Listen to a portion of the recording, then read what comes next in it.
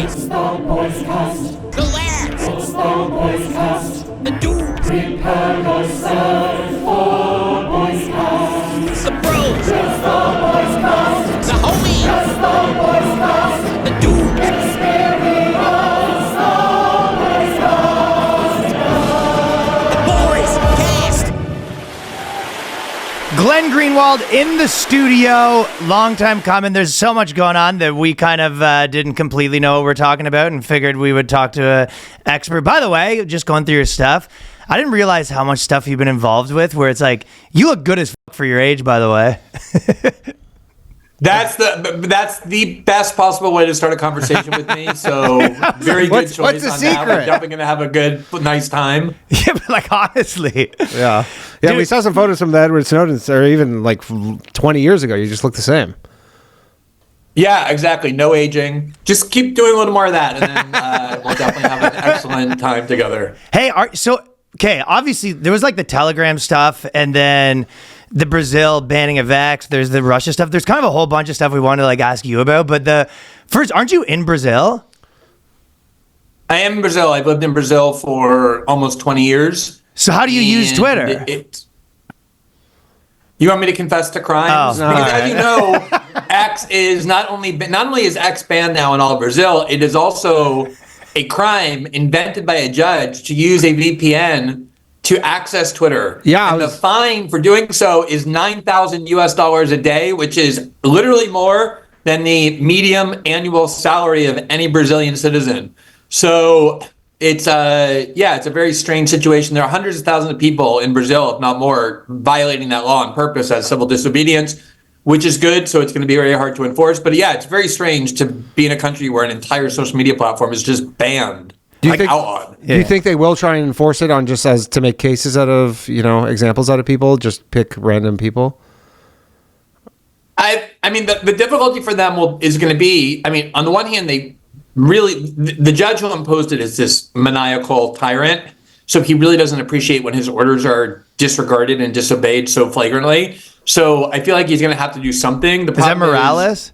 The more high profile the person that he picks, the more punitive it's going to seem. I mean, if he picks me or if he picks some member of Congress or some other journalist with a high profile platform, it's going to seem very repressive. It's going to be a vivid illustration of just exactly how censorship driven this whole culture has become. So I think they're kind of in a damned if you do, damned if you don't situation with this. We kind of talked to Douglas Murray and he was sort of saying the same thing with all the UK stuff. He goes, they never go after anyone high profile because it's, then they have to sort of answer for it, where they just if you grab normal people and sort of one by one pick them off, they can sort of get away with it. Yeah, exactly. I mean, about 6 weeks ago or 8 weeks ago, I got a hold of this massive archive of internal communications from the highest level of the chambers of this judge, like WhatsApp audios and documents and text, showing what he's actually been doing for the last 2 years, a lot of naughty stuff. And I've been working with the largest newspaper in the country, Folha of São Paulo, which is sort of like the New York Times of Brazil, to report it all, to reveal it. And in general, I have found that people who wield a lot of power generally dislike and react with a lot of anger when you take their private actions and communications that they've been trying to hide and you instead reveal them all over the front page of, say, a major newspaper or on television or whatever. They tend to react very poorly to that. So he's already taken some steps to try and be menacing and threatening toward me, toward the journalists with whom I've been working. So that's why I say I hope I become the prime test case of being punished as someone using a VPN. But I think precisely for that reason, he will choose someone else. What has he said to you? Well, there's the way in which censorship in Brazil has been effectuated is that they, right after Bolsonaro was elected in 2018, it was a very similar reaction of the Brazilian establishment to the American establishment's election of Trump and their reaction to Brexit as well, which was they saw it as a huge threat to status quo ruling class power. And so one of the things in Brazil that they did was shortly after Bolsonaro's election, he was, a kind of outsider his whole life. He channeled a lot of anti-establishment hatred and won on this wave of contempt for not just the left or the right, but the whole ruling class. They started creating antidotes to this threat to the system. And one of the things they did was they created this criminal inquiry called the fake news inquiry, where they decided that anything that they consider to be fake news doesn't just deserve to be censored from the internet, but is actually a criminal offense if the intent of it is to undermine the legitimacy of Brazilian institutions and therefore weaken Brazilian democracy. And surprise, surprise, the judge who's in charge of this inquiry ends up deciding that any criticism of him is not only fake news, but is designed to weaken the legitimacy of Brazilian institutions because he is the embodiment of Brazilian institutions and Brazilian democracy. So when we began doing the reporting, he immediately took our reporting and the reporters who worked on it and included us as subjects of this criminal fake news probe and classified the reporting as designed to weaken Brazilian institutions. So you really see the tyrannical mindset, how it grows, kind of gets inebriated on its own power, especially when it acts without limits. And what was the penalty that they were proposing? Somewhere there's no penalty. What it entitles them to do, though, is there was a lot of talk about possible use of the federal police, which is the kind of FBI equivalent of Brazil, to do a search and seizure at our house to try and discover who our sources were, who gave us this archive, just a little nasty stuff like that. So we are part of the criminal investigation, which is already kind of shocking to take a major newspaper, major journalist who reported on this judge and have him then lead a criminal investigation into the reporting process. Yeah. You would think that but he does that all the time. He's the alleged victim. He's the police investigator. He's the judge and the executioner. He does it all at once. He performs every role. I guess it saves money in some sense to have just one person be everything in the judicial process. But yeah, generally, like you're supposed to, if you're a judge, if you have some personal investment in some investigation, such as being the target or the subject of journalism, you're supposed to separate yourself from the process because obviously you're ill-equipped to objectively evaluate things. But he sees that as kind of a green light to be even more aggressive. It's almost funny that the punishment for finding this guy's files is like, we're going to go through all yours. Because that's also sort of what their argument is, right? They're like, we should be able to have access to all your stuff. Exactly. We should be able to send the police to pick up your phones and your computers. I mean, that is the threat. And I mean, as you noted, I've done reporting similar to this, including when I was working with Edward Snowden. We did the NSA reporting where we went around the world publishing the most secretive documents from the most sensitive agency within the most powerful government on the planet, which was the NSA, the CIA. They also didn't like it when we were going around the world publishing in multiple countries their top secret documents, showing what it was they were actually doing. And there were some kind of threats about things they would do, but even they were far more limited than things in Brazil are. But I think it's important to note, it's kind of easy to dismiss Brazil, like, oh, that has nothing to do with me. It's very far away.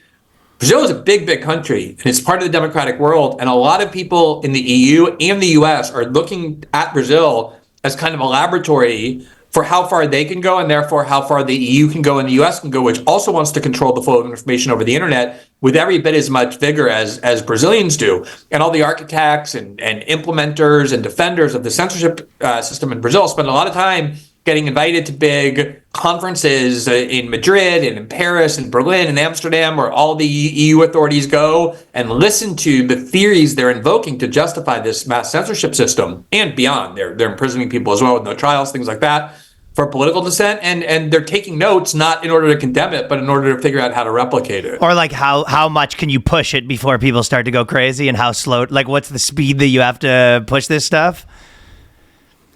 Yeah, I think it's such an important point. Like, if you go and look at how the internet was conceived of, even just 10 years ago, like 2014, 2015, there were no people getting banned from social media because of their opinions. This is something that was unthinkable. The whole idea of the internet, the reason why it matters, the reason why people are excited over it is because it had a liberatory potential. This was to free information, kind of emancipate us from the need to be mediated by centralized corporate and state control. We can communicate with one another directly, spread information freely, gather information, obtain it, have access to things. That was the whole reason the internet was an exciting technology.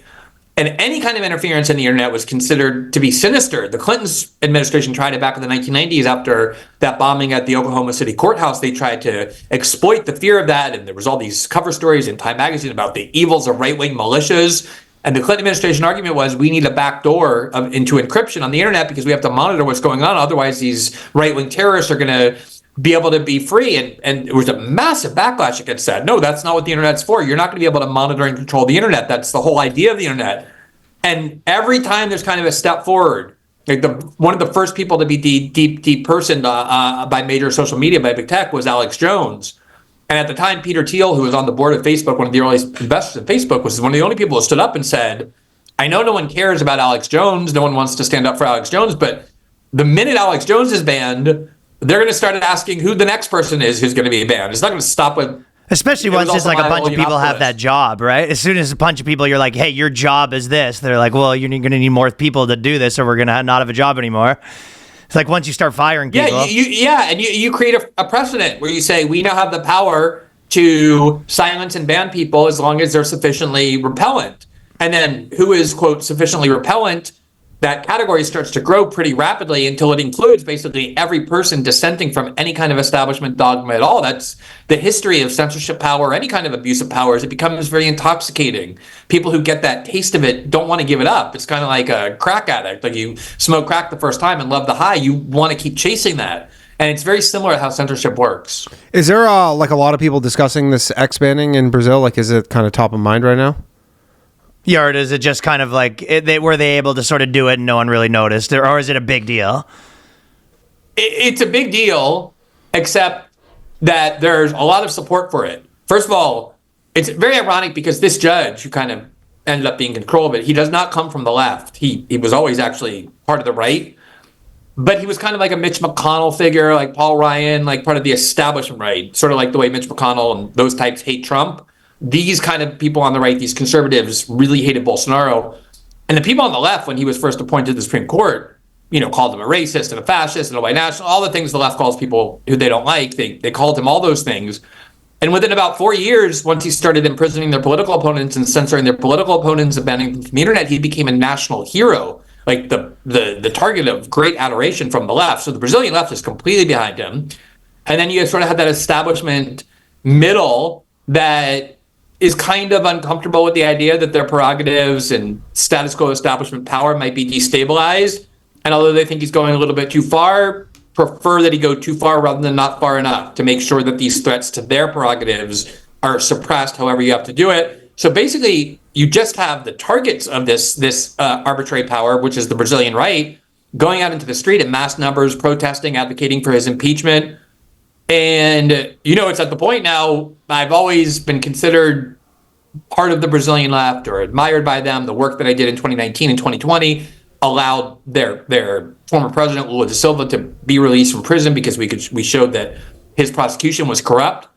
And just by advocating free speech now or posing the idea that a judge should be able to just with a stroke of a pen, no due process, no accusations, nothing, ban people from the internet, force tech platforms to pay a lot of money if they don't, or even close them, they've associated free speech. It almost codes now as like a far right or fascist value, which is pretty ironic since there aren't many fascist regimes in history that have actually defended or offered free speech. They generally tend to prefer censorship, but somehow the banner of free speech has been translated into a far right or fascist banner to wave, and it's been demonized very successfully that way. So it's a huge story. Obviously, everyone's talking about it. But there's a good amount of people who say, okay, it might be extreme, but we still want to make sure that this political movement that we regard as threatening remains silenced and neutered and incapable of exercising their rights. Why do you think that, because it always does seem like the free speech sort of gets tossed around in terms of which one uses it, because it can be like a sexy issue, I guess. But do you think it really is just because they have more power and that's why whoever has less power, free speech is going to be their issue as far as like a political thing? Yeah, nobody ever walks around and says, I'm opposed to free speech. I want to censor political dissent. No one ever says that. I mean, even in China or Iran or North Korea, that's not the argument. They don't say, oh, we're censoring because we hate dissent. They're saying there are certain ideas that are too dangerous, too hateful, too destabilizing to the security of our society that we cannot permit those for the safety of our citizens, for the sovereignty of our country. And in the West, I think we're inculcated a little bit more, especially in the US, with this idea that we're all, of course, supposed to support free speech. And generally, people will support free speech as long as the speech is impotent. So you have some guy like standing on a cardboard box, ranting and raving against the deep state or the government or whatever. I mean, he's not making an impact, so no one cares. The police don't come. What's that? A lot of that in New York. Yeah, you see that in New York, and then nobody comes and arrests them, puts them in a gulag. So you're like, hey, look, we're a free society. You can stand on a cardboard box, and then you can start to like rant against the government, and no one will come in and put you in a gulag. That's because we have free speech. The minute, though, free speech starts to actually have an impact, the minute the free flow of ideas starts to threaten establishment power, that's when you'll immediately see the crackdown. And I think it's a very universal temptation to want to ban and suppress ideas that one dislikes. I mean, I had found myself in alliance with the American right over the last 8 years because of their, very passionate commitment to free speech, because they were the target of censorship on campuses and big tech. And I was objecting to that vehemently.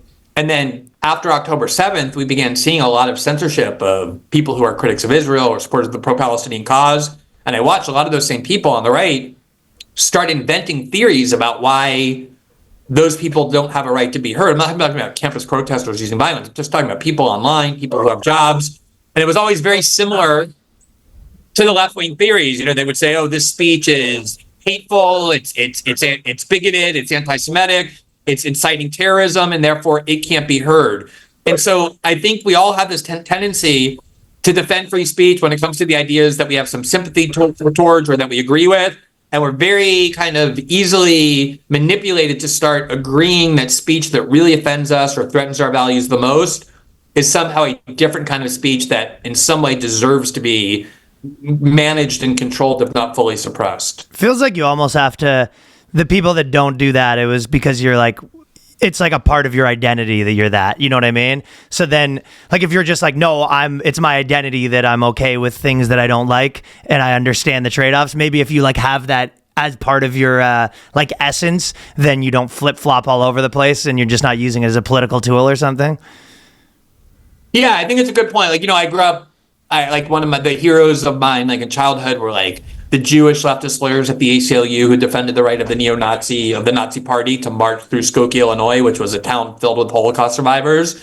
And the government denied a permit to the Nazi party that purposely wanted to march through this town full of Holocaust survivors in the 70s, just 30 years after the Holocaust. And the ACLU went and defended it and said the government has no right to deny parade protests based on their dislike for the ideology or viewpoints of a certain party, knowing that if you allow that, it would then expand to all sorts of views that maybe in a different town would target left-wing speech or speech that people who are approving that censorship were. So I think kind of embracing it as a principle is, I think you're right, necessarily consciously embracing it as a principle. But the other thing I would say is I do think in the United States, we had always been inculcated to think of our country, and the reason our country is free and better than a lot of other countries is primarily because of this idea that you can say what you want. The government can't tell you what you can say, doesn't decide truth and falsity. You're free. You're free to speak your mind, to express your views, and not be punished for it. It's very, I think, in the DNA, or at least was, of American citizens. One of the very first articles I wrote once I stopped practicing law and became a journalist, there was this British historian who was notorious for being a Holocaust denialist, which is pretty much what he was, Holocaust revisionist / denialist. And he got a position to teach at some college in, I think, France or Austria, I don't remember which. And during the course of his lectures, he would call into question what is considered proven orthodoxy about the Holocaust. And obviously, such a person deserves all sorts of villainy and criticism and ostracization. That's all fine. That's what the person deserves. But he was actually criminally charged. He was criminally indicted, found guilty, and sentenced to prison. And I remember writing an article saying, we have a very politically polarized country, left and right, hate each other, think there's nothing in common. But it's like, I think almost every American, at least that I know, and this is 20 years ago, so I do think it's changed, but at least every American I know would recoil at the idea that you can actually be sent to prison by the state because of views that you express about history or ideas. Yeah, I mean, we're hated. You can be outcast. Well, but every American would be like, how do you put people in prison for the things they say? Yeah. And I think it's a very universal American value that has been deliberately eroded and weakened over the last, say, decade or so. Yeah, I mean, we're from Canada, and they do that there, too. So, oh, yeah. There's a few of those. Way worse. Yeah, because they always use sort of edge cases, and which is, I guess it is like, even if you take like just normal people in your life, for example, the Telegram guy right now, they're just like, well, yeah, there's child porn on there. And most normal people are going to be like, well, you got to get rid of that. You know what I mean? So it is kind of hard to square. Can you tell me what's going on with him right now? And also whether or not, did Macron invite him to France saying that they were going to do a meeting and then put him in jail? Is that how it shook down? Yeah, Macron absolutely invited him to have lunch and lured him into French soil with the obvious intent of having him arrested once he got there. He would never have traveled to France. He understands the risks. So he sort of fell for the ruse. Yeah. Well, he's a French citizen. But, well, it's really interesting because like his history, it's him and his brother, Pavel Durov and his brother. Before they founded Telegram, which was intended to be an encrypted communication service that the government couldn't invade, where you could speak freely and privately, it launched after the Snowden reporting when we were showing the world kind of how the U.S. government and other governments were turning the internet into this universal, limitless spying regime. Before that, he created, this is where his wealth primarily comes from, the kind of Russian equivalent of Facebook. He's a Russian-born citizen. He was living in Russia. And in 2014, when there were these protests against the Ukrainian government and other kind of unrest inside Russia, the Russian government came to that company and said, you need to turn over all of this data to us about your users because we need to find who these people are who are saying these things and organizing these things. And they refused, and they were forced to flee Russia. So they have this history of defying governments and saying, fuck you, even your own government, even our own government, Russia, we're not going to give you private data about our users so that you can censor them or punish them for the things that we're saying. It's antithetical to everything we believe the internet is for. So then they created Telegram. They moved to Dubai and created Telegram with the same idea. And now it's not Russia, but Western governments who are telling them this. And the fact that the French government created this theory where multi-billionaire tech executives, even they are now vulnerable to this theory that if somebody commits a crime on your platform, you become a conspirator in that crime. You become criminally liable for whatever crime they're committing on your platform, is, number one, intended to scare the shit out of everybody, including Mark Zuckerberg and Elon Musk, to make sure that they're censoring more so because now they understand that you end up in like a Jack Moss situation. Yeah. I mean, you're a billionaire, multi-billionaire tech executive. The idea of flying around the world to places like France and not getting arrested is something that is very important to you. And if that gets taken away, and believe me, I know for a fact those people I mentioned and others were very alarmed by this arrest, which was the point of it. But the other part of it is, we have this law called Section 230 that was enacted very early in the advent of the internet, which says that a tech platform or a social media company cannot be held liable for things that their users say or do on the platform. So if I go to Facebook and I post that so-and-so is a pedophile, that person can sue me, but they can't sue Facebook for what I use Facebook to do. Yeah. And it was always considered to be this crucial protection because the minute you take it away, which is what this arrest of Pavel Durov is intended to do, and the Democrats have been threatening to take away this protection from social media companies for years, saying if you don't start censoring more, we're going to take away your 230 protection. What it's going to do is it's going to mean that social media companies are going to have to censor everything other than like the most banal. Well, they become TV networks at that point. It'll become threads. Yeah, it's an indirect way for governments to control these social media companies by saying if you allow any sort of dissent or activity that we consider criminal, we're going to put you in a jail cell, not just fine your company. The other thing I wanted to say, you mentioned like pedophilia and sex trafficking as kind of the pretext. Obviously, everybody thinks child pornography and sex trafficking and all of that. Pedophilia should be criminal, and whoever does that and engages in that should be put in prison for a long time. No one disputes that. But I think it's very important to be careful that anytime governments use some sort of boogeyman, some sort of like threat, and say, you either need to give us these powers that we never had before and that generally you'd be afraid for us to yield, such as censoring the internet. Otherwise, you're going to have sex traffickers and child pornographers and pedophiles be able to get away with doing what they're doing. They're going to harm and exploit your children. You have to be very careful because this is always the authoritarian formula.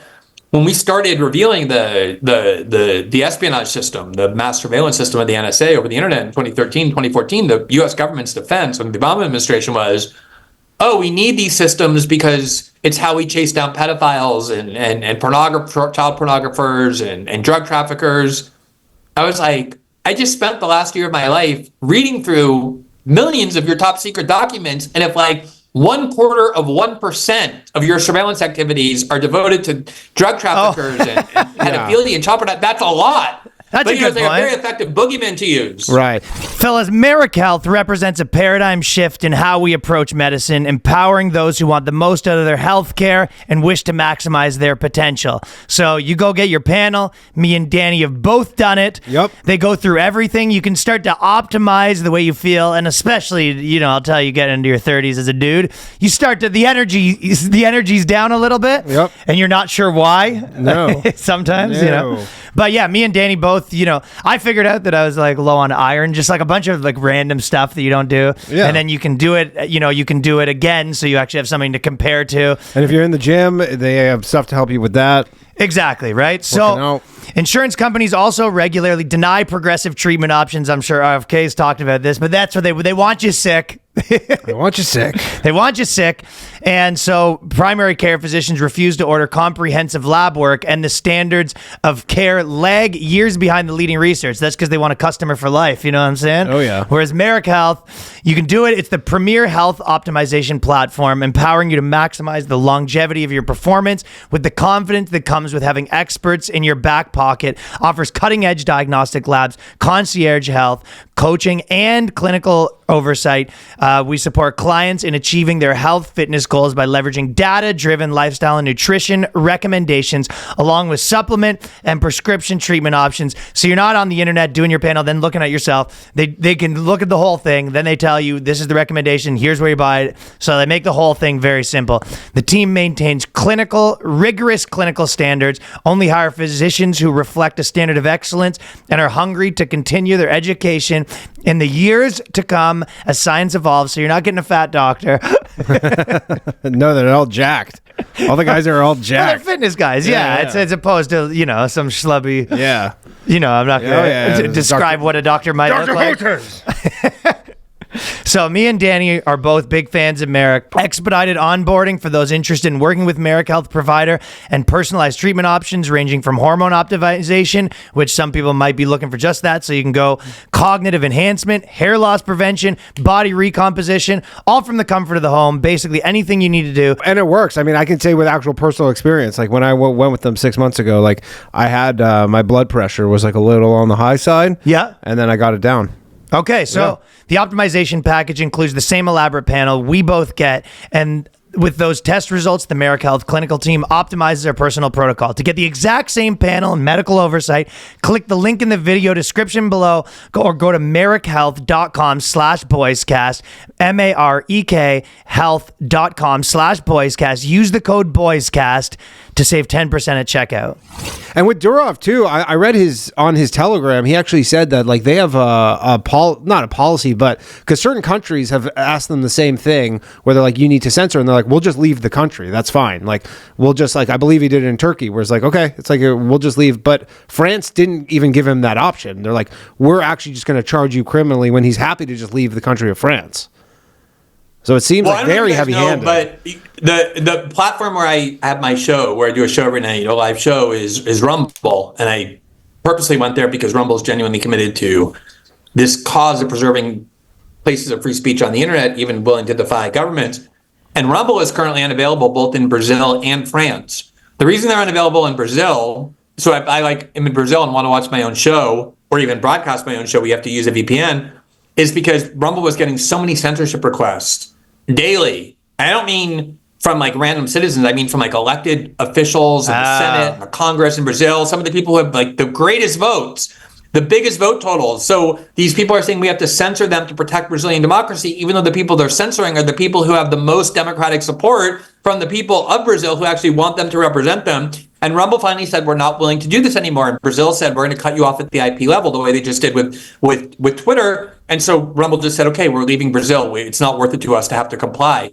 The reason they're not available in France, Rumble, is because of the start of the war in Ukraine, when Russia invaded Ukraine in early 2022, the EU passed a law, the entire EU, that it's a crime for any social media platform or any tech company to allow RT or Sputnik or any Russian state media even to be heard on that platform. So if you're like an adult citizen of Europe and you want to hear the other side, like the views of the Russian government about this war that your country has involved you in, you just want to hear it. You're an adult. You know that you can critically evaluate it. You can't find it. It's not available to you. Google removed it immediately to comply with the EU law. It just got censored off the internet. And Rumble said, fuck you, France. We're not going to take dictates from unelected French officials about what we can and can't have on our platform. They refused to remove RT on Sputnik on free speech grounds and said, people want to hear it. They should be able to hear it. They're adults. And France said, we're going to cut you off at the IP level if you don't remove them immediately. So this is becoming the trend where companies are becoming either forced or forcibly excluded to either leave or get cut off. And this is not coming from the bad countries that we're taught to think of as tyrannies like Russia and Iran, North Korea and China. It is coming from them, but it's also increasingly coming even more so from the good countries, the countries we're told are free, like in Western Europe and Canada and the UK and the United States and in Brazil. And each country is looking at what every other country does and how far they go. And every time one goes further, that country can then think to themselves, well, we can do that too. And I don't think it's a coincidence that Brazil's banning of X happened 3 days after the arrest by France of Pavel Durov. It was sort of like a signal, a green light. Kind of like when they all do Alex Jones at once sort of thing. Yeah, they all kick Trump off. Exactly. Yeah, and why didn't they just block Telegram at the IP level then? If like any idea on that? If that's they already used that for Rumble, why lure him there and arrest him? Well, it sounds like they don't want it blocked. They want him to go. They want him to give them the info. Yeah, I understand that, but I guess this seems like a different, because I know Chris Pavlovsky, who started Rumble when Pavel Durov, CEO of Rumble. Yeah, CEO of Rumble when Pavel Durov got arrested. He tweeted, he's like, he was in France, I believe, or he was somewhere in Europe. I believe he was in France, but he hopped on a flight and he's like, I'm out of here. And he said it with kind of like a concern, like I got out of Europe safely. Just think about that. Yeah. Like it's World War II. He's a Canadian citizen. Yeah, it's like, hey, I evaded arrest by Western Europe for the crime of allowing free speech on my platform. And I think this is what the whole Pavel Durov thing. I think a lot of it was aimed at Elon. It's really important to understand what a threat Elon is to Western centers of power, because he's just not any billionaire. He's by far the richest billionaire. He has extraordinary power. He has more satellites that he controls than any other single government. He has a major car manufacturer, and now he controls what had been the public square of journalism and politics in much of the West. And the fact that he's saying, I am not going to use this to censor at the command of Western government is a gigantic, genuine menace to their main agenda, which is to control the flow of information. And so I think a lot of this was a way of trying to intimidate Elon and saying, I know you think you're protected because you're the world's richest person, but we don't give a shit who you are. We will put you, not just fine you, we will put you in prison, in a jail cell. We will take your passport and prevent you from leaving the country while you're awaiting trial to go into prison if you don't immediately comply with everything we want done over the internet. That was the message that was sent. Believe me, that was the message that was received as well. Yeah. Dude, there was this guy, Robert Reich, and he writes these articles we saw recently, and it's like basically just quiet part out loud, where the whole article was just like, this is what we need to do to Elon, like threaten to put him in jail, but like exactly what you're saying, like just out loud, not even coded in any way. Yeah. So sorry, continue. No, I mean, it is amazing to me, because I do think I kind of considered myself more associated with left-wing ideology, like growing up, just like because of where I grew up, the climate in which I grew up. And one of the causes that the left really did kind of pioneer in the US in terms of this absolutist free speech theory was just that. Like, it was the left-wing Supreme Court justices that wrote some of the most important free speech precedents in the United States. The free speech movement came out of Berkeley in the early 1960s as a response to the protest and the crackdown on protests about the Vietnam War. So for me, free speech has always been this movement associated with the left, far more than the right. I grew up in the 80s, and that was the moral majority wanting to censor music and films and all sorts of things. So that was the framework that I always looked at censorship and free speech through. And so now to watch the left, and it's especially true in Brazil, but Robert Reich was always supposedly like on the left flank of the Democratic Party. He was the Secretary of Labor under the Clinton administration, somebody who could never get reappointed because of how left-wing he is, to come out now and explicitly urge the arrest of Elon Musk for the crime of allowing people to say freely what they think without censoring on command is just, it's such a bizarre irony to me to watch people who identify as leftists explicitly advocate the imprisonment of people for crimes of free speech. Yeah, and you were obviously a big opponent of the war in Iraq. What do you make of Dick Cheney endorsing Kamala Harris? Is that like how do you even explain that? I mean, I find it to be one of the most bizarre things ever because me too. Part of me thought that maybe he's doing it. He actually wants Trump to win, and he goes, "Yeah, I'm going to do it's opposite day." No, I do think there's some really actually important and interesting trends that are reflected by that. I mean, when I started writing about politics in 2005, my main motive was what I considered to be the attack on basic civil liberties and the constitutional order by George Bush and Dick Cheney in the name of the war on terror, under the pretext of fighting terrorism. Like, due process was eliminated, torture was instituted, warrantless surveillance on American citizens, all those sorts of things. And at the time, every liberal and every Democrat I knew considered Dick Cheney like not a bad person, but like the modern day equivalent of Hitler. Like, everything that they say about Trump, they were saying about Dick Cheney just 20 years ago. I remember that. Yeah. It's not like Dick Cheney. What's that? I remember that. Yeah, Green Day wasn't a fan. Yeah. Oh yeah. But they're voting for the candidate he endorsed. Right, and so like, it's not just Dick Cheney; it's all those neocons from that time, like Bill Kristol and David Frum, Nicole Wallace, like the most beloved liberal personality on MSNBC, was the actual official spokesperson of the Bush-Cheney White House and the Bush-Cheney re-election campaign in 2004. All those Bush-Cheney operatives that were called racists and Nazis and fascists and warmongers by the left now are vocal enthusiasts of the Democratic Party, not just against Trump. And this is what I think is so important. Liz Cheney went on ABC over the weekend after she announced her endorsement and then Dick Cheney announced his of Kamala. And she was asked, like, it's a lot of people think it's kind of weird. Like, you're the Cheneys. You have nothing in common with the Democrats. Why would you endorse Kamala? Is it just because you hate Donald Trump? And she said, no, that's not the reason. She said, in fact, if you look at the foreign policy of Kamala and Democrats, or Democrats under Obama and then Biden, we have so much more in common in terms of our foreign policy ideology, in terms of our domestic policy, with the modern iteration of the Democratic Party than we do with the Trump-led Republican Party. There has been this radical realignment of the identity of the parties in the age of Trump, of who they represent, what interests they represent. And Liz Cheney was very candidly saying, we covered this on my show last night, in that interview, I'm not endorsing Kamala just because I hate Donald Trump or think he's a unique threat. I'm endorsing Kamala Harris also because her foreign policy views are closer to my family's foreign policy views, which is like neoconservatism and starting wars for all sorts of, reasons that are unrelated to the national security of the United States.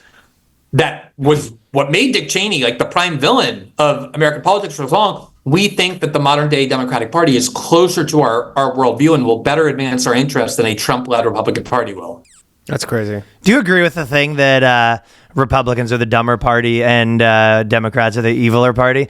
Like, do you think that's true right now? Or, like, do you think that, kind of like the more like establishment of the Republicans, I guess, would want to do all this stuff if they could? They just can't pull it off. Whereas, like, some of these capers, maybe the Democrats have more, maybe more powerful people that they're sort of tuned in with where they can sort of pull this stuff off. There's no question that Democrats, especially with the emergence of Trump, but it even started happening before. Certainly Hillary Clinton was very much represented in this. The Clintons were really the ones who transformed the Democratic Party into this party that used to represent labor, the worker, the working class against big corporate interest. And the Clintons very consciously in the early 1990s realigned the Democratic Party with massive Wall Street wealth, with the military industrial complex, and they became much better financed. I mean, if you look at how Wall Street funded every election, except for Obama and Romney, where it was sort of equal because they saw Romney as one of them, Wall Street has been funding the Democratic Party candidate infinitely more than the Republican Party candidate, especially Trump, Hillary, Trump, Biden, and now Trump, Kamala. All Silicon Valley money goes to the Democrats. So they have realigned themselves and sort of made themselves the party of like the affluent suburbanite and the centers of financial power. And then you see this massive migration of the working class, and not just the white working class, but increasingly the multiracial working class, like Black workers and Latino workers and Asian workers migrating to the Republican Party under Trump, which is kind of weird since the media has been calling Trump a white supremacist for 9 years, and increasingly all he does is build more and more non-white support among voters, which is kind of an odd thing for a white supremacist to do. But in that, you see this realignment. And what I think is important to note is that the establishment wings of both parties, say like the Mitch McConnell, Paul Ryan types who are just standard Mitt Romney, even when John McCain was alive, those kind of Republicans, those like standard mainstream pro-establishment Republicans have infinitely more in common, as Liz Cheney said this weekend, with the establishment wing of the Democratic Party than they do with either the populist wing of the left wing of the Democratic Party or the populist Trump-led right. And that union of establishment Republicans and establishment Democrats, they have like some theatrical differences on culture war stuff that nobody really cares about. But on the stuff that matters in terms of like the disbursement of power, they are very much on the same page, far more so than the populist wings of either parties are. And that's the real realignment in politics. Yeah. So, do you think if you think if the Kamala Harris was the administration, do you think that would be like a free-for-all for the deep state? Yeah, I mean, Kamala Harris is nothing. That's barely a person that exists. Like she has a name. It's like I guess has like a breathing human organism, but like no one. The polls are now saying, people were excited at first because polls are just saying like we're sick of two 80-year-old guys, both of whom have been president, like wanting another term. It's just like boring. It's stale. It feels old. We just want someone fresh. And then like descending from this mountaintop is Kamala Harris. She's not like a very young woman. She's 60, but she looks very good. She's like me, as you guys pointed out, she looks a lot younger than her age. Right. She's very vibrant, very energetic, especially compared to those two.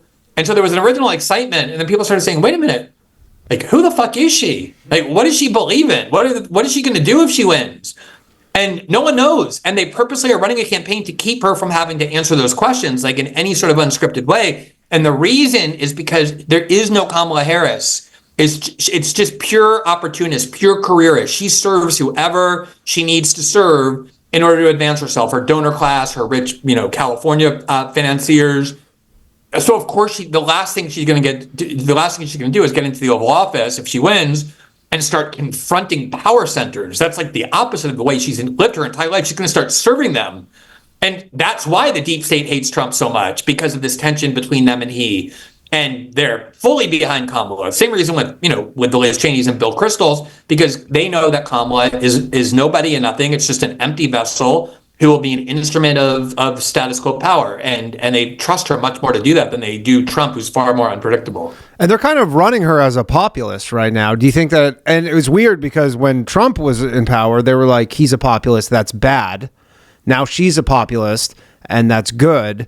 But then also, do you think that if she's elected, she's like, screw the populism stuff. I'm not doing that. I mean, Obama ran as a populist too, a populist outsider too. That was his big appeal. He'd been in the Senate for like 7 seconds. So he got to run as though he were some grand opponent of Washington. I think that's why both Obama and Trump won. They kind of channeled this anti-DC, anti-status quo sentiment. And then Obama got into the presidency and was the ultimate servant of establishment power. I mean, he was beloved by every power center for good reason. I mean, he got into office during the Wall Street crisis, and the first thing he did was save the Wall Street tycoons who caused the crisis and let the entire middle class have their houses foreclosed, even though there was a gigantic fund to prevent that from happening that he never actually used, because he knew who he had to serve, whose interest he had to serve in order to become more powerful, which was his only interest. I think Kamala Harris is very similar in terms of her trajectory, her mentality.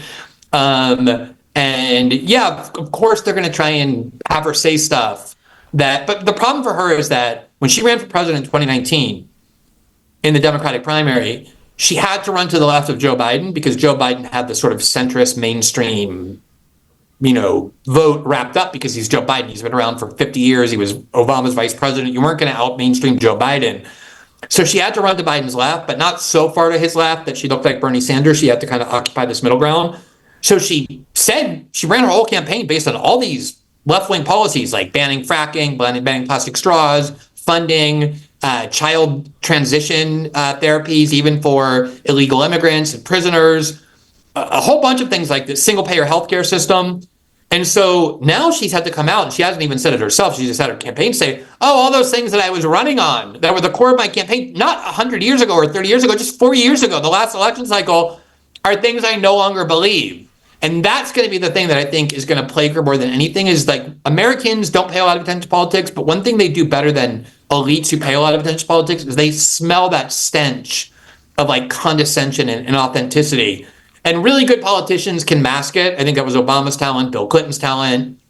Trump is able to convey an authenticity that I think he has more than those two. But bad politicians can't hide their inauthenticity, and she's a bad politician, and that's the thing people hate the most. You're saying when she's they not even perceive good at that the they're being told what sophistry. they want. What's that? You're saying she's not even that good at the sophistry component of politics? She sucks. This is the thing. In 2019, she had every advantage. California is a huge source of Democratic Party funding. Hollywood, Silicon Valley. She was the senator from California. She also was a black woman. So the idea that the Democratic Party could have a black woman obviously made the media swoon in adoration. She had every single advantage you could possibly have as a presidential candidate, the best possible press. She had to drop out of the race before the first vote was cast because she was such a debacle, such an embarrassment as a candidate that although she started at like 15%, before the first primary, she was at like 1%, and her donations dried up. She was a total failure. And then when Biden said, I'm going to pick a black woman as vice president, he only had like 3 choices, and she ended up being the choice. Until like 8 seconds ago, she was widely considered, not just by Republicans, but by Democrats, by the left, by liberals, to be a national embarrassment. Like the only thing you ever saw of her is speaking in these like insanely vapid cliches, or even more annoyingly, like those kind of people who tell a joke that's not funny, but then they start laughing eternally at their own joke until basically they force you to laugh along with them. Otherwise, it's never going to move on. Like a super annoying personality, a completely vapid way of talking about pretty much anything other than what she knows, which is law and prosecution. She knows a lot about that, but nothing else. And somehow the media has turned her overnight. It's really a testament to the potency of propaganda into this like pioneering historic figure of great personal charisma and political inspiration. And I think Americans were kind of along with the ride for a little while until they stopped and started asking, like, who is this person really? We just don't know.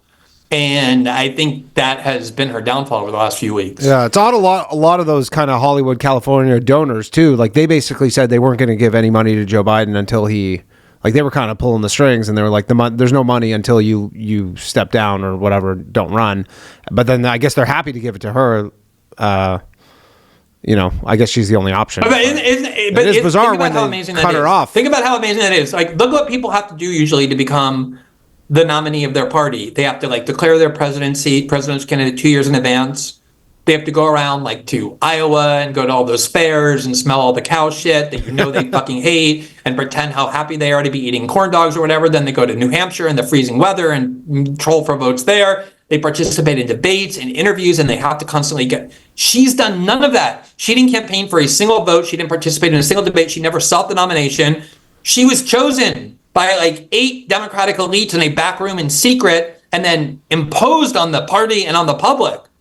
And it is, it's so ironic how Democrats say, we're the only party that can save American democracy. If you don't vote for us, American democracy is going to fall. They basically cooed the sitting president out of the race. He didn't want to leave.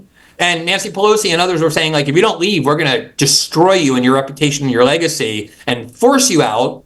And then they finally forced him out against his will and then imposed the candidate that they wanted, and as well as using billionaire donors to say, we're not going to give you any money, Joe Biden, so you can run, but we're not going to fund you. You're not going to be able to have any commercials or campaign staff because we're going to cut off all funding to you until you leave the race. Like, how anti-democratic this has been, like how extremely anti-democratic it's been, I think has been underappreciated in kind of the day-to-day excitement of what's been going on. Is there any part of you that, from just like a sheer politics standpoint, respects the move, like what these guys can pull off?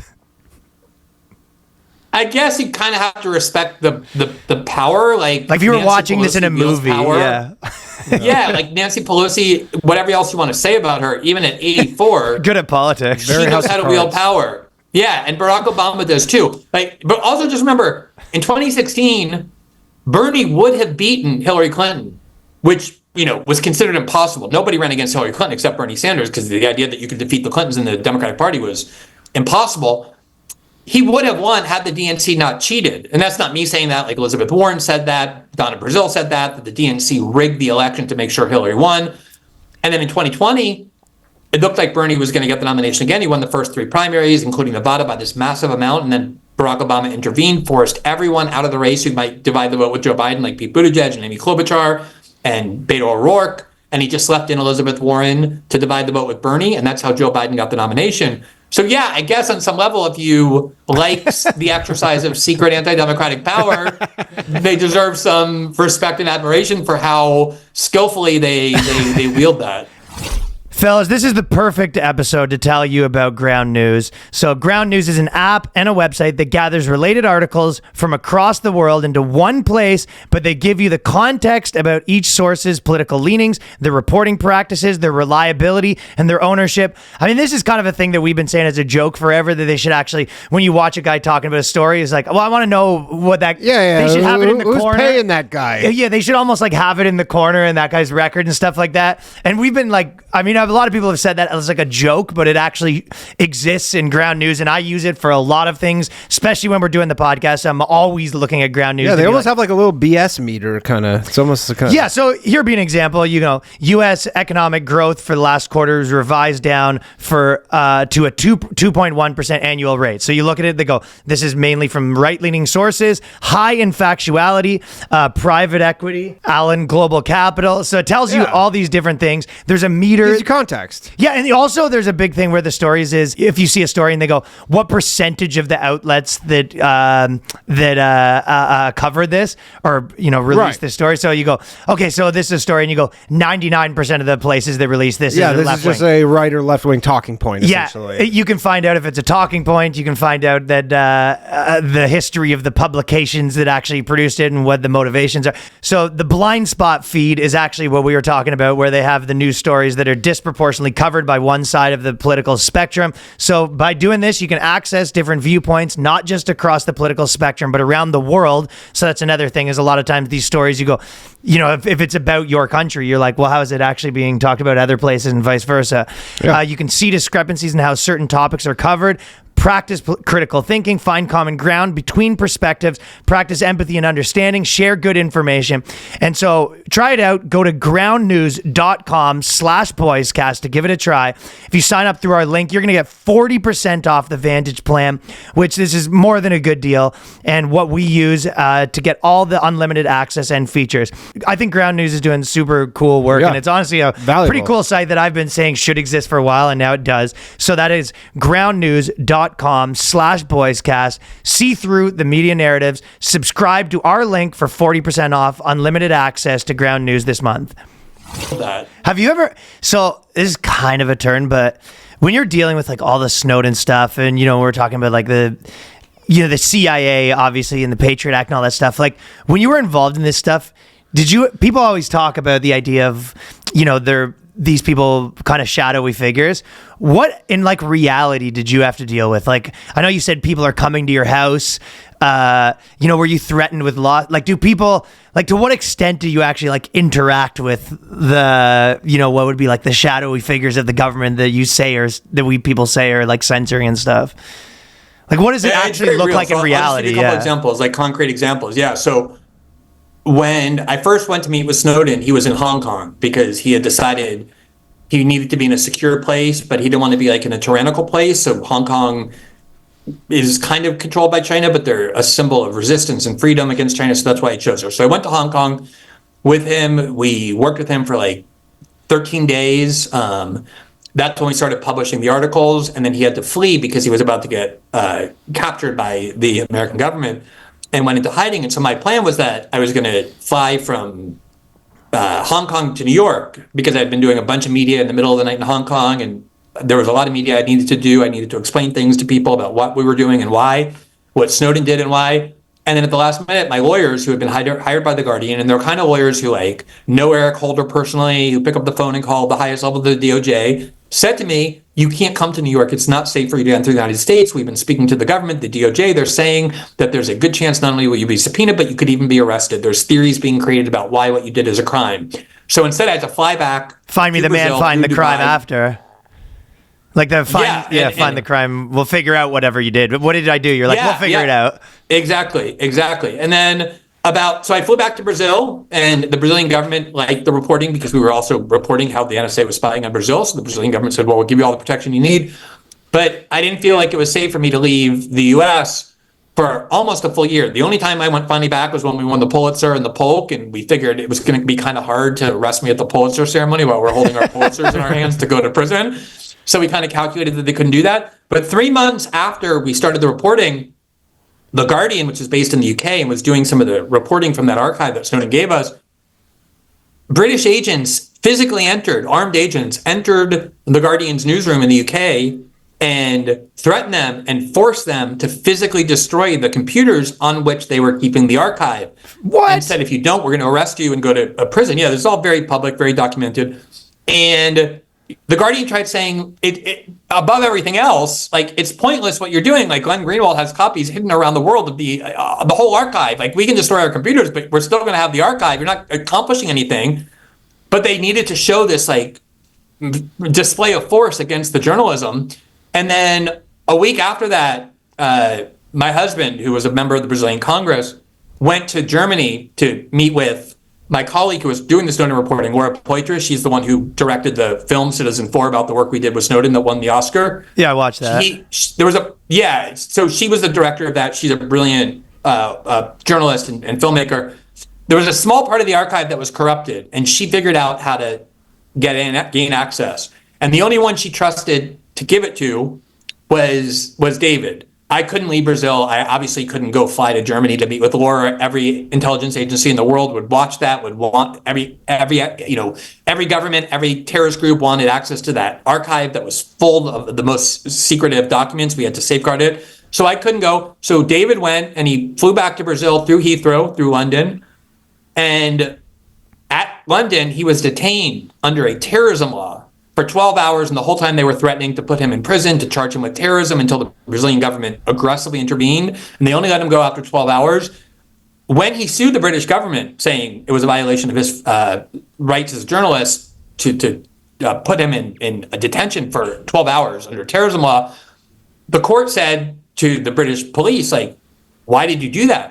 And what they said was, oh, we knew exactly what he was doing because we had been successfully spying on their conversations. Like, they knew he was going to Germany to pick up this part of the archive and travel back to give it to me to let me do the reporting. Even though we were using the hardest core encryption, like every single form of communication security, they still were able to to surveil his communication, mine, and Laura's, and they had to admit that in court to justify why they did what they did. So you're talking about illegal surveillance of journalists. You're talking about threatening to arrest journalists. You're talking about threatening my spouse with prosecution under terrorism law, of armed agents entering the Guardian newsroom. And then years later, there's been reports about the theories they were playing with the CIA to try and reclassify us not as journalists, but information brokers, in order to prosecute us as Snowden's conspirators. So they don't play games, especially when, as I said, you're going around the world revealing their most sensitive secrets. Are you able to travel to the U.S. now?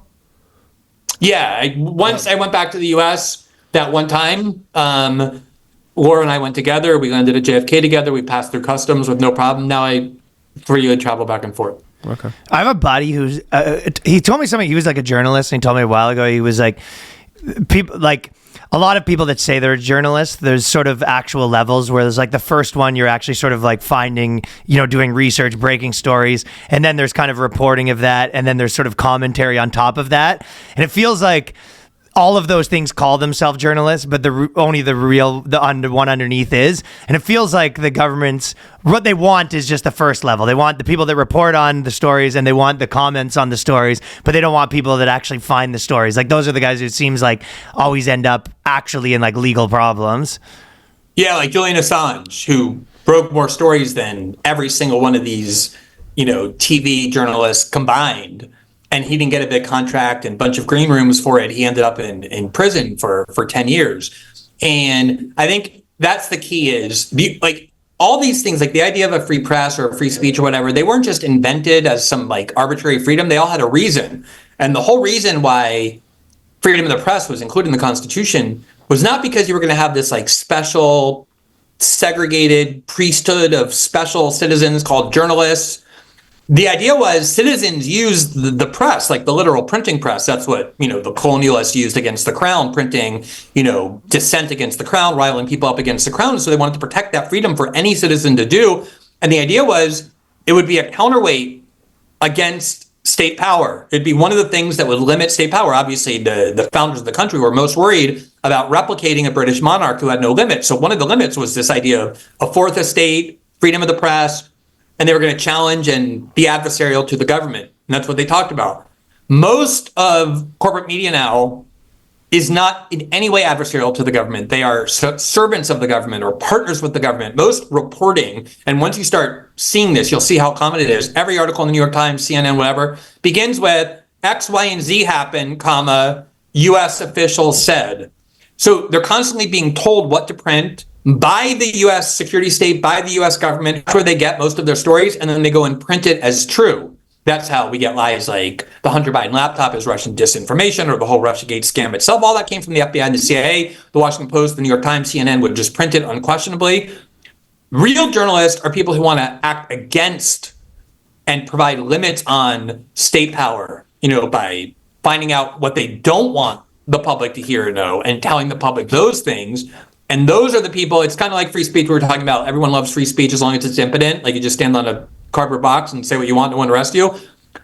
Free press is the same way. If you're just doing reporting that serves the government's interest or isn't a threat to it, you'll have no problem. Your problems will only start once your reporting actually poses a threat to someone who wields a lot of power. And to me, that's the only real kind of journalism. Yeah, and that's probably much easier because, you get these tips from your government pals. You probably get invited to stuff, fun things, whereas you big enemies of all these powerful every door peoples. opens. If you're a propagandist for the CIA or for the White House, every door opens. They go to these, every year they have this disgusting, nauseating spectacle that they call the White House press gala, where they the journalists all dress up and pretend they're at the Oscars, but it's the DC version of the Oscars, and they wear designer gowns and they invite B-list celebrities, and it's a huge deal. And the president goes Trump to one of the best things he did was he refused to attend that sickening spectacle. But every other president before him and after him, Biden and Obama and Bush, they would all go and they would hug each other and they'd give out awards and they would make jokes about each other. It reflects this sort of the real ethos of it's like giving a dog a treat. They are all they're all members of a royal court. They're all kind of hidden behind Versailles. They all have the angry peasants at the gates who can't get in, and they completely identify with each other. There's zero adversarial energy between most journalists on the one hand and government officials on the other. Yeah, really, and it feels like war is always the third rail where even though all the other stuff's adversarial, when you have sort of a different opinion on a war is when they start to crack down. Oh yeah, I think one of the things people forget, you think about the Iraq War, and we were talking about that earlier. You think about Dick Cheney and the Republicans, the Bush administration that started it. It had huge support from liberal institutions as well. Probably the most important media outlet that sold the Iraq War to the public was the New York Times. They had all those notorious stories where they would put on, anonymous leaks every day about Saddam Hussein was on the market to try and get certain aluminum tubes that only had one use, which was to build nuclear weapons, all sorts of stuff about the location of his chemical weapons. The New York Times was crucial to selling to liberal America the idea of invading Iraq, to the point where more than half of the Democrats in the Senate also voted for the war in Iraq, including people like John Kerry and Hillary Clinton and Joe Biden.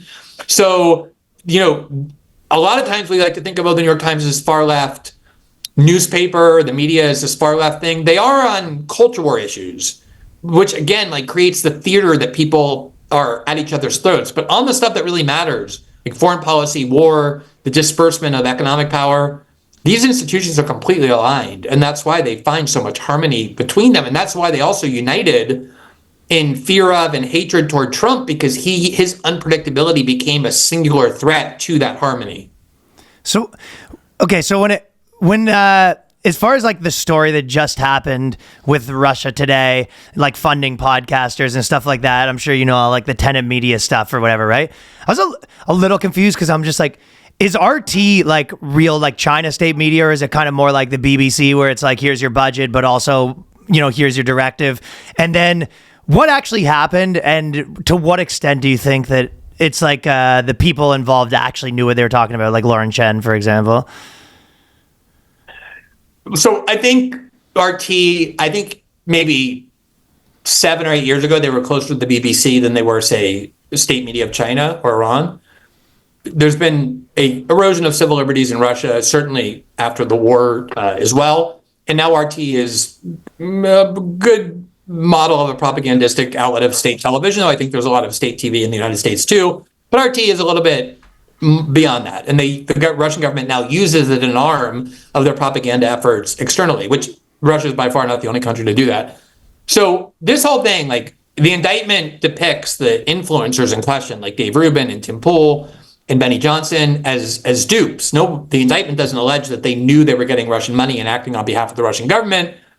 It does kind of leave the impression that they were quite indifferent to the source of the money. Like if someone came to you and said, hey, Ryan, I'm going to give you $100,000 for every video you produce about the war in Ukraine, you're going to be like, oh, that sounds good, but like, who are you and where's this money coming from and why do you want to do that? And you're going to want to know like what this is. You're not just going to say, oh, sure, where do I sign?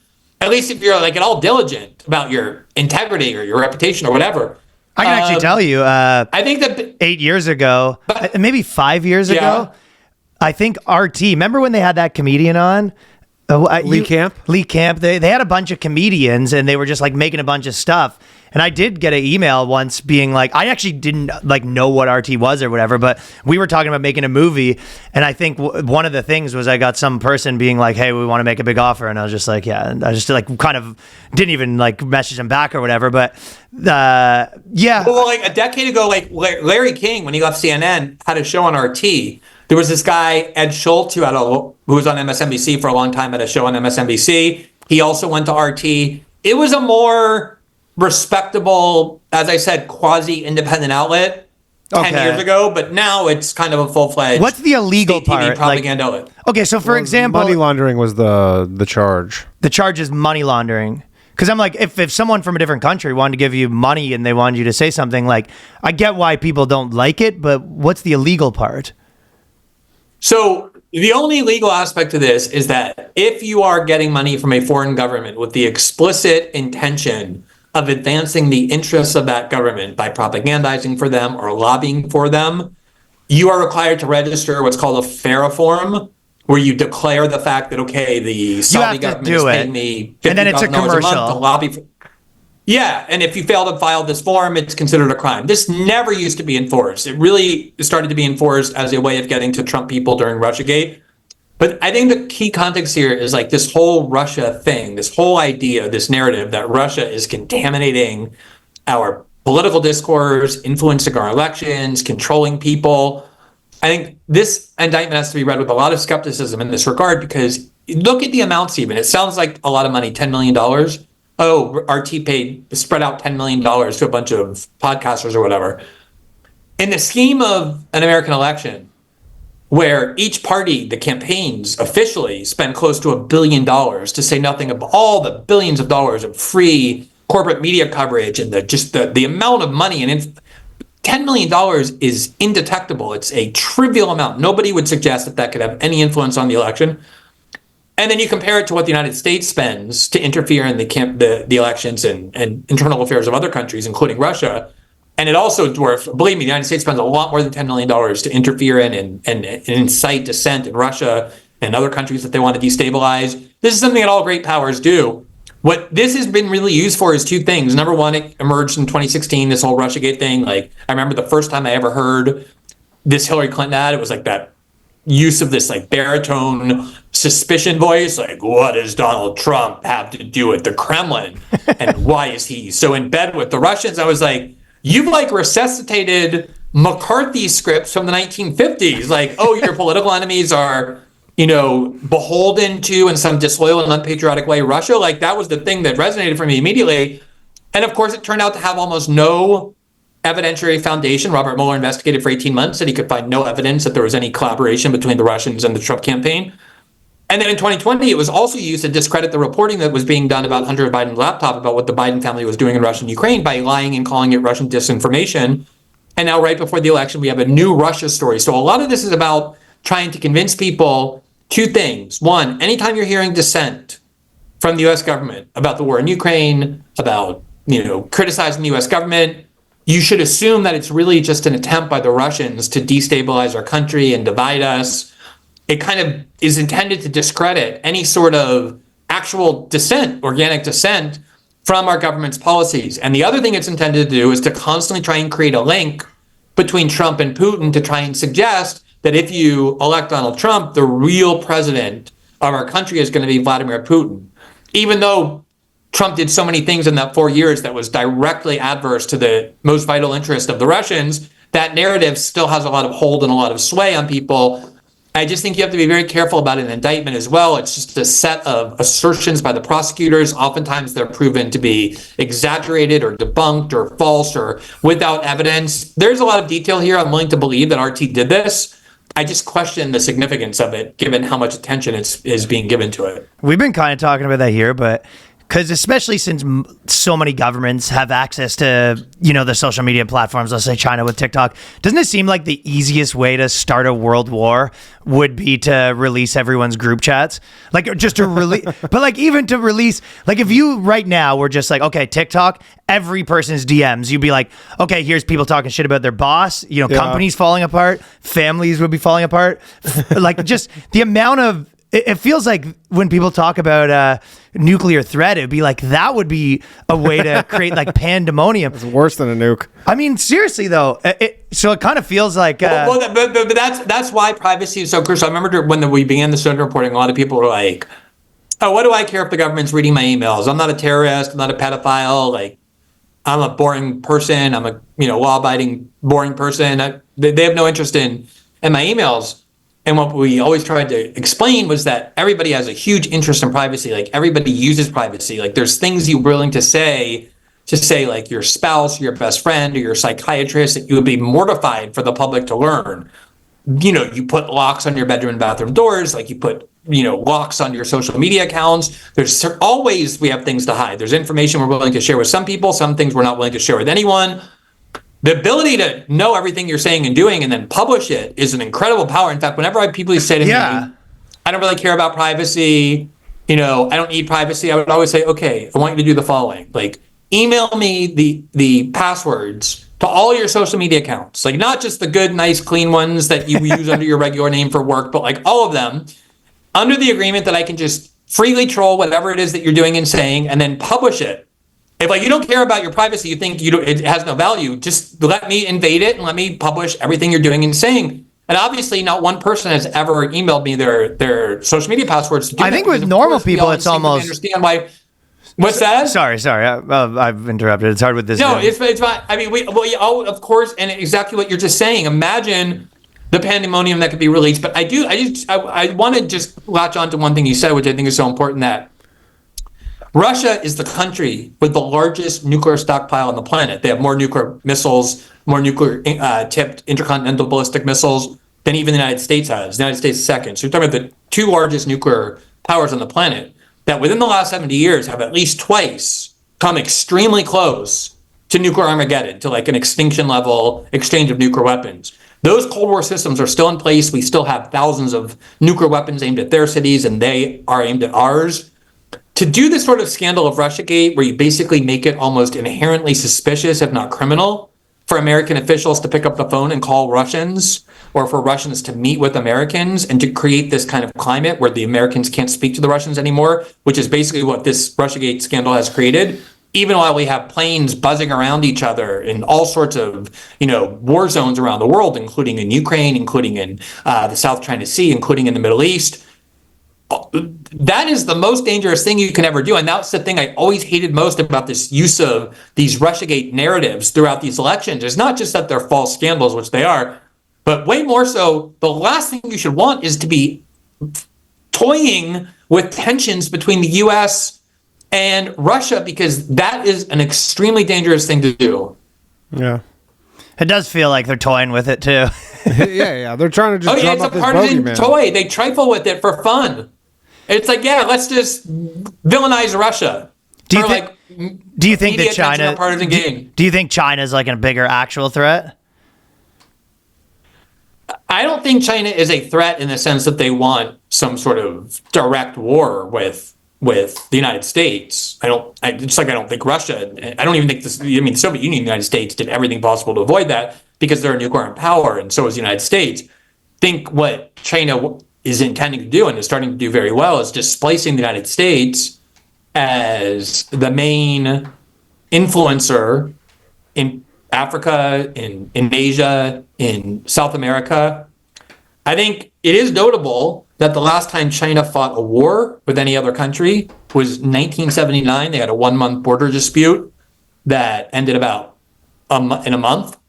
Very low-grade war. That's 45 years ago. Think of how many wars the United States has fought over the last 45 years in so many different places around the world.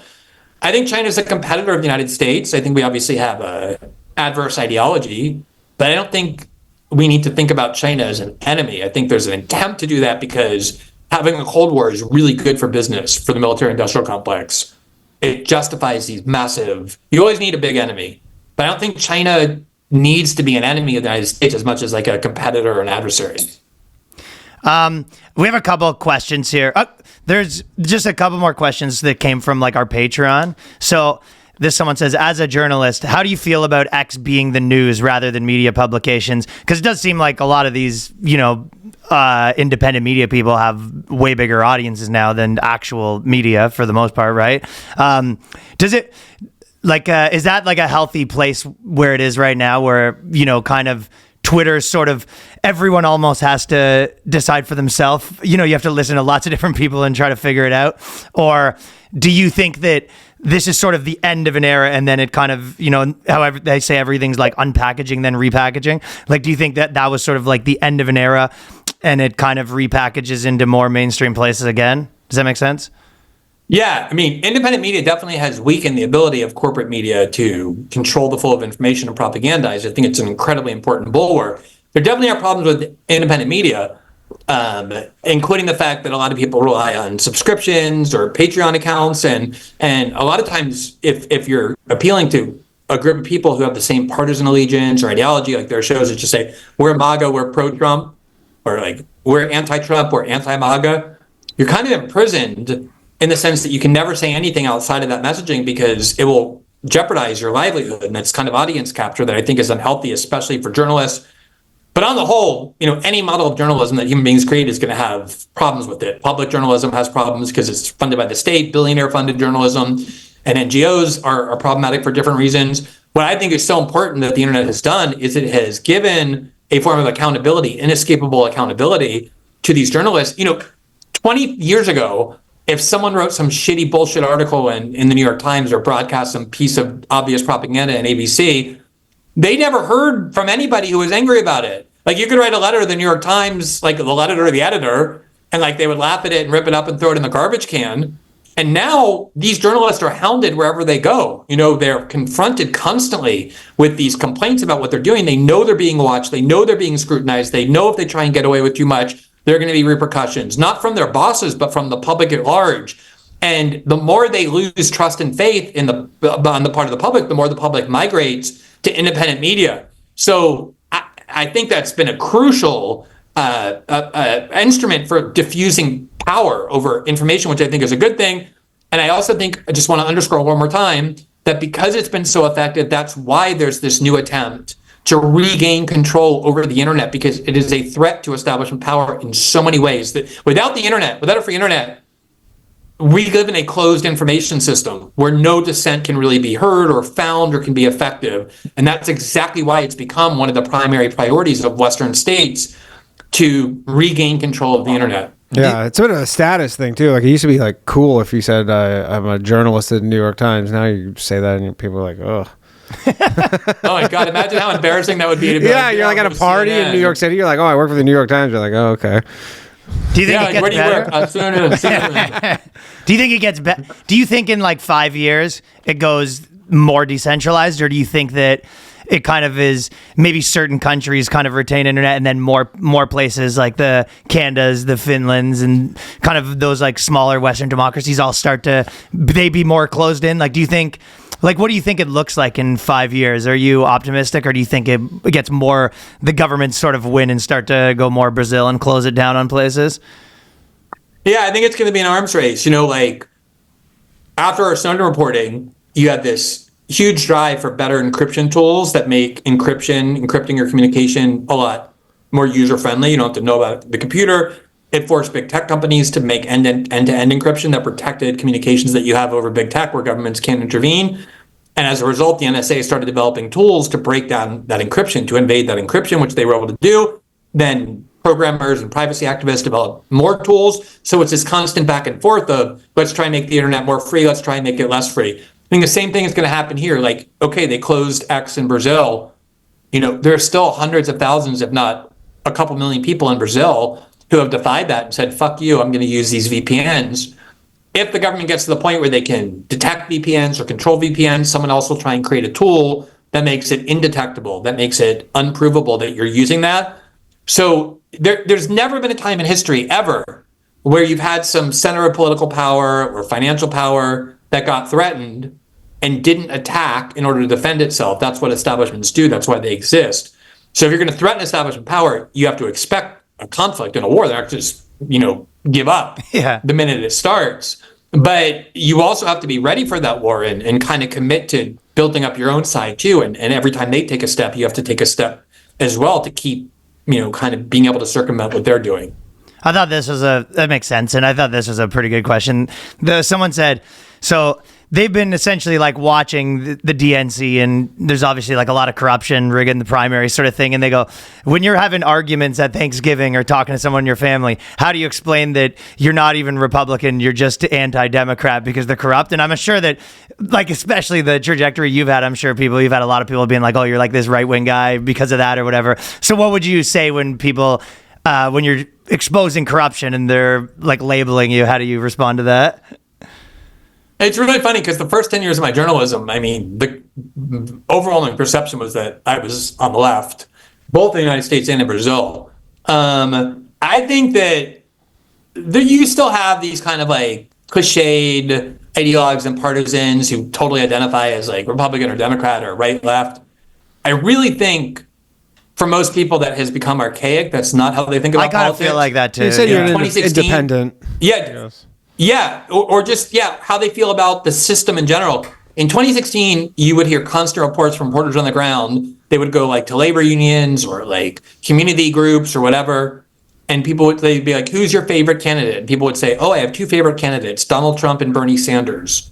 And like to somebody who is a professional political analyst who still sees the world through this left-right matrix, like this 1980s style conservative versus liberal matrix, that makes no fucking sense. Like, how do you explain that? You can't. But that's not how people who are saying those things are looking at political figures anymore. They're looking at like who's authentic, who seems to be on my side, who wants to fight the people that I perceive as threatening. Yeah. And, like I said, when I would advocate absolutist free speech in the 1990s or the 2000s, people would be like, oh, you're a far leftist. And now I advocate exactly the same thing. And it's like, oh, you're a fascist. So I think these like labels change, and that's what makes them increasingly meaningless. And I think a lot of people are seeing that more and more. Yeah, it's kind of just an eye roll. You're just like, if you want to be part of the puppet show, that's fine. But I'm not really. There's barely any difference between their platforms at this point. She just copies most of the stuff he does anyways. They have like 3 things that they're probably separated on. That was the funniest thing. When you can find it when he announced he wants to exempt tips of service workers and waiters from taxation, there were all these economists coming out and condemning it and saying why it's totally regressive and unfair, whatever. And then she announces it as though nobody had ever thought about this before until she did, even though it was exactly the same policy that he did. And you had all the same people coming out and, applauding it. And she's on the side of the workers. Yeah, there's so many examples where it's so vivid. I think we covered it, but when he did it, they said this is why it's going to be bad for the IRS because there's going to be a huge tax shortfall now. And government programs will have to be cut. Yeah, and when she did it, like, here's why this is good. I have one more from our Patreon that's kind of funny, and I don't know if Danny has anything else, but it said, why do you have so many dogs? He doesn't like dogs. We have 26 dogs. Whoa, that's crazy. I always forget how weird that sounds. And then we used to have this whole cycle where like I would pick up dogs in the street and bring them back because they were like suffering or sick. And my husband would be like, if you bring one more dog back, I'm divorcing you. And then like a month later, he would find a dog in the street and he would bring it back. And so there was all this hypocrisy constantly. But once we got to 26, we were like, you know what, that's probably the limit. Yeah. But what's another, when you have 19. Where we have like now we put them in our dog shelter. Oh, okay. Because like when you have 19 dogs at that point, you're like, what's another dog? It's not, you know. You know, it's funny. I used to not that it's so much funny more 'cause work. Whenever I would hear of some like couple that had like 12 kids, I would always wonder like, how do they even remember their names, and like, do they know anything about their personalities? There's like 12 of them. How do you focus on any of them? And so sometimes people come and know that we have 26 dogs, and they're like, do you even know their names? I'm like, what? How dare you? I have a very individualistic relationship with each of them. I understand them completely. So yeah, I kind of get that question. That's amazing. Dude, I always, just on the phone thing, like, it is hard to deal with as a normal person sometimes, where you're just like, they're tracking everything you have. Like, do you do anything where you're like, okay, I'm not going to use like an iPhone, or I'm not, like, do you make changes based on your personal life to be like, kind of escape the surveillance escape the state? matrix? You know what I mean? Do you do anything personally? It would almost be impossible to do it for everything. So you just have to accept that you're vulnerable to that. And try to find it on a grand scale. Various forms of encryption. I really only go to the maximum degree if I'm working with a source who needs to remain anonymous, whose identity can't be discovered, or I'm working with sensitive journalism that I don't want anyone to know about before it's published. Then I'll use like pretty extreme steps of the kind we used in the Snowden story, but sort of updated modern ones. But going through your life, who can avoid an iPhone or like a Mac? And with that comes all kinds of vulnerabilities. You just have to kind of pick and choose, I think, when you get more extreme with it. I have one more thing too. Because things move so quick now because of the internet, like the story, you know, like the Trump shooting feels like it was 10 years ago. You know what I mean? Is it hard? Is that one of the reasons why it's potentially harder for people to do real journalism? Because before you used to work on this thing for 6 months, and now everything's like moves so quick. Do you think that's one of the reasons why the like incentives are, there's like less of people probably doing what you're doing and more people that are just kind of like commenting? For sure. I mean, if you're an independent journalist, you need to feed people content. Like, you can't just pop up once every 6 months with some investigation. That used to be the luxury of working like at the New York Times or the New Yorker or whatever, is they would give people that space, which is very valuable. Because if you need to conduct a big investigation that requires a lot of work and research and, you know, confirmation and like work with archives, you need to be able to disappear and not work. And being independent media, like, one of the things I do is I write articles, and then, you know, also we do this live nightly show every night on Rumble. It has decreased my ability to do this, and like this story I just did in Brazil that we're still doing, I had to rely on a lot of colleagues to help me with the work just because there's not as much time. So yeah, that is a drawback for sure. That definitely is a reason why you don't see as much investigative journalism, especially from independent media, as you might if it weren't for this constant pressure to produce. Kind of feels like it affects everything too, just like in general. I mean, even in comedy, it's like people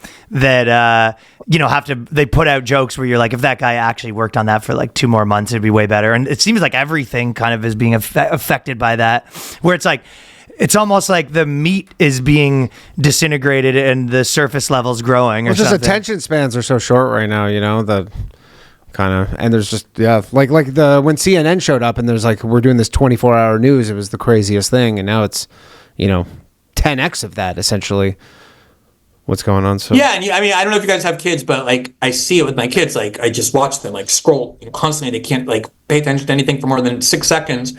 And so sometimes I just take their phones and like force them to sit down and watch like a 2-hour film or documentary or whatever, just to train their brains that like, you don't need to have constant stimuli like every 3 seconds. But yeah, I know it affects me too. You know, I used to write a lot of books. I haven't written a book in like 4 years because I just don't have the time and patience to sit down. I also feel like if I want to produce something quickly that's going to have more effect than like disappearing for 4 years and writing some book where people just read less because of their attention span, and just like the difference in how people consume information now. Yeah, it's kind of interesting. But dude, we really appreciate you coming on here. Very cool. Yeah, because honestly, it was great talking to you guys. As I told you, like, I'm a big fan of your work. I've seen a lot of stuff that you do that I think is hilarious. So yeah, I hope you keep it up. Hell yeah, man. And you do looks like right now you're doing the 5 days a week on Rumble, right? Yeah, every night at 7 p.m. And that's just rumble.com/Glenn Greenwald. Yeah. Hell yeah. All right. You're the best, dude. Thanks for coming. All right, thanks, guys. Thank you. Appreciate it. Good talking to you. See you soon. Bye. Peace, brother.